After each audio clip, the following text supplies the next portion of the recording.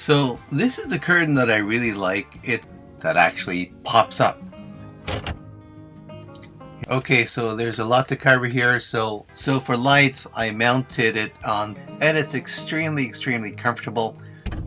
And well, hello there everybody. Thanks for joining me on this channel, on this silver cabin channel.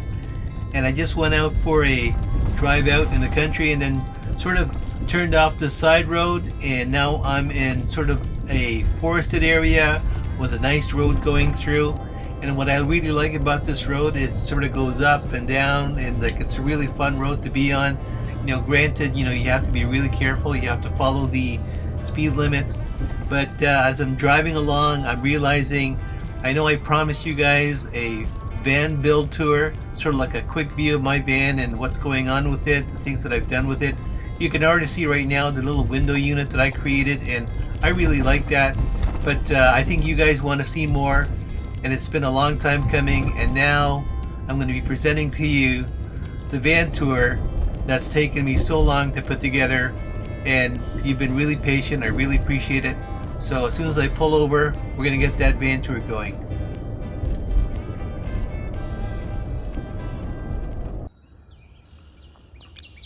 Good morning everybody, and well, hello there. It has finally happened. Now, it's a 2008 Dodge Grand Caravan. You'll notice there's a bit of rust happening there. When I first bought it, it had no rust, but due to the Canadian winters and the salt and everything else, well, you saw what happened. Rust is starting to form, and my goal is to try to fix it, sand it down, maybe use some Bondo. So I'm just going through what it looks like on the exterior. Now this side looks a lot better than the other side. However, you can also see around the wheel wells that it's starting to rust just a bit. But you know what? I got it for a great price, and it's working absolutely marvelously well. So I'm quite happy about it. And we're going to take a look at just the top over here. And mounted, I used some 2x4, some wood. And I've got my solar panels. I used the airplane wire that's been rated for 800 pounds. And just over there, I taped it down. And right near at the bottom there, I have a backup camera that I actually see so well that, when you're changing lanes, I don't necessarily have to look at left and right, but I still do anyway. Now this next part, you notice how I mounted the wood to the racking by using sort of these, I'm not sure what they're called, but I found them at the hardware store, but they worked out really well. If you know what it is, please post it in the comments. I'm notorious for not knowing what things are called. And you just noticed there how I threaded my solar power wires into the van. So what we're looking at here is the side of the van again, and you'll notice that it's a fairly low profile and hardly noticeable. Like you'd really have to go right up to it to take a look at what it is, but from far away it just looks like I'm carrying some small cargo. And right over here we're at the back of the van, also known as the tailgate.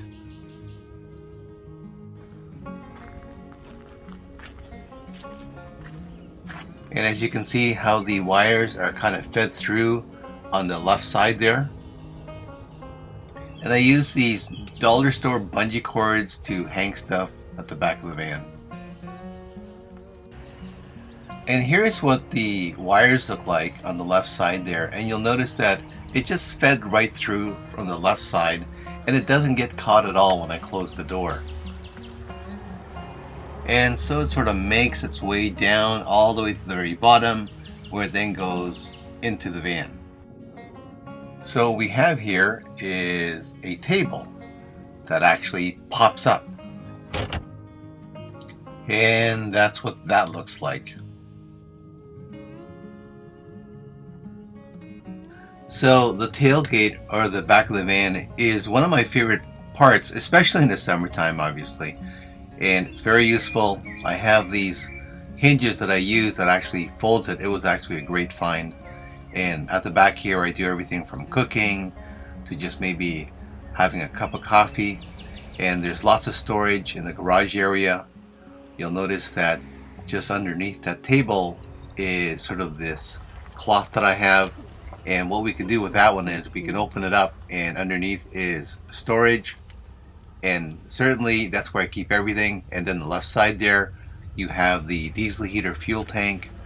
And I have a previous video that kind of shows all these things. So I have this storage box at the back, and I'm just going to pull this to the right, and you'll be able to sort of look inside, and that's where I store my food, some of my clothes, you know, bits and pieces that I need to store away somewhere. And you'll notice I have these screens, and these screens have been really useful in keeping the bugs out. Here's what it looks like from a bit further back, and I also have those screens for the front windows of my van as well. Now going to the front of the van, I use the passenger seat to keep my stuff, and it's just a plain 2008 Dodge Grand Caravan. It's the base of base models, and this area here is where I store a lot of my stuff. I've got that little chair there, and it's actually been very useful. Now if I do have a passenger for whatever reason, I take all this stuff and just throw it at the back. So I've shown you the exterior.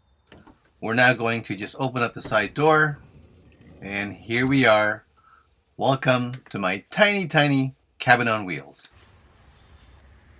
Okay, so there's a lot to cover here, so just really quickly we'll have a look here, and this is what it looks like, the general vibe. And a lot of this stuff was made from found, free, near free, and gifted materials. It is a budget build. So before we dig in, I figured we'd start with the curtains and how I was able to hang the curtains from the front of the van to the back of the van. And this is how I did it. So I'm going to see if I can sort of freeze this clip right here, because this requires a bit of explanation. So you'll notice that there are three parts of this thing. We have essentially the curtain rod, and along with the curtains. So that part is fairly easy. What I did there was I just used some hose clamps at the side to sort of, you know, have it sort of stay up there. And then the part that I wanted was a way to sort of not let any light get through from the inside. So I traced out the ceiling of the van, and I created this. It's made out of wood, and then I covered it with carpet, audio carpet. And then I had to figure out a way how I'm going to make this thing to stay. How am I going to make it so that it actually stays up there? So what I did was I took a scrap piece of wood, and I literally glued it with really strong glue. Now this part some people may not be crazy about, especially if you don't want to sort of touch your van kind of thing, and you just want, this is going to be a temporary thing. But a lot of this stuff is going to be permanent for me. So then once I got that, I had an actual sort of footing or a place to actually attach that separator from the front of the van. And that's how I got that working. It may not be the most optimal, but it's something that's working for me. You know, if you have other solutions, please share it. And I think we'd all really appreciate that. And so at the side, I also have another set of curtains, and it's a mosquito curtain. And then here you have my main curtain, and there's something special about these curtains. And then at the top there, you see the separator. So there's a particular vibe and look that I wanted for my van. There are three parts to my curtains. We have this lighter part, then underneath that a thicker part, and then right after is the black curtain. The black curtain keeps the light out. The thicker curtain, the second layer, creates this insulation that keeps the cool in and also keeps the cold out during the winter time. And then the lighter layer really is more for aesthetic. So I can keep the curtains totally open, left side and right side, or I can close them and I have total privacy. And so for this scene, we'll just pan across over to the left, and you're going to see the tiniest kitchenette in a long time probably. So there's my kitchenette on the left side. And we'll get back to the kitchenette a bit later on in the video. Because really, I just wanted to show you that divider at the top and how I'm keeping a lot of stuff there. For example, some hooks. I've got this sort of vintage radio and some other knickknacks that I've collected or people have gifted to me. And the other thing too is you get a closer look of how I attach that divider. You notice in the top right side there I use these sort of L brackets, and that was really helpful. So for lights, I mounted it onto the divider, and it's remote controlled. They're garden lights, and I placed them right around my van, and they really created this warm, cozy mood. I have a video on how I did it, but it just sort of sets off the entire theming of the van, and I really like them. So the whole idea for my van was I wanted to make it cozy for the tiny space that I had. So this is the curtain that I really like. It's a pretty curtain, and it gives somewhat a semi-privacy, so I could close it and light gets through, but you know, people can't really see in, and then I can later on I can open it up and I could see very clearly what's going on. So I kind of like that idea that I had for that one. And here's what that looks like. So you can sort of see outside and there's some light getting through. So again, it creates a very open feel for that tiny space that I'm working with. And I mentioned it before, we're back at the kitchen, and what you're looking at right now is this top shelf that I created. And it has the hooks, it's got little knickknacks on it that allows me to organize and to find things. And it's also where I keep some foodstuffs. I keep coffee up there, some hot chocolate, some teas, some jams, and just things that I'm going to need at a snap that I need to get to. And I also keep everything else there. You probably saw that I hung my little rattan lights. I've got these hooks that have been really useful. Maybe I'll hang my hat there or my keys and anything to sort of take everything off the floor. So as you can see, it's a tiny space, and anything that I could do or can think of to make it easier to organize, that way I'm not moving everything around all over the place, I would try to make happen. And in addition to that top shelf, I also have this secondary shelf where I keep other things as well. So let's go to another part of my kitchenette, and that would be the sink. And I actually don't even use this anymore. I just use it for more storage. And so here's the view of the second shelf, and there I store some more food. I have my coffee there as well, my coffee tin.